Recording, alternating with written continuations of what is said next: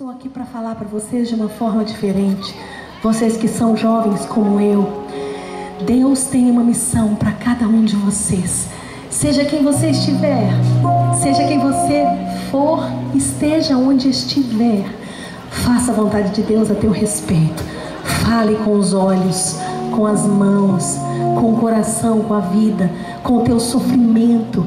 Alguém precisa ouvir a tua voz. Lá onde você estuda, lá onde você trabalha, na tua casa, para o teu pai, para a tua mãe. Nunca desista da tua juventude. Nunca desista de ser um jovem cheio do Espírito Santo. Quero cantar para você voar nas asas do Senhor.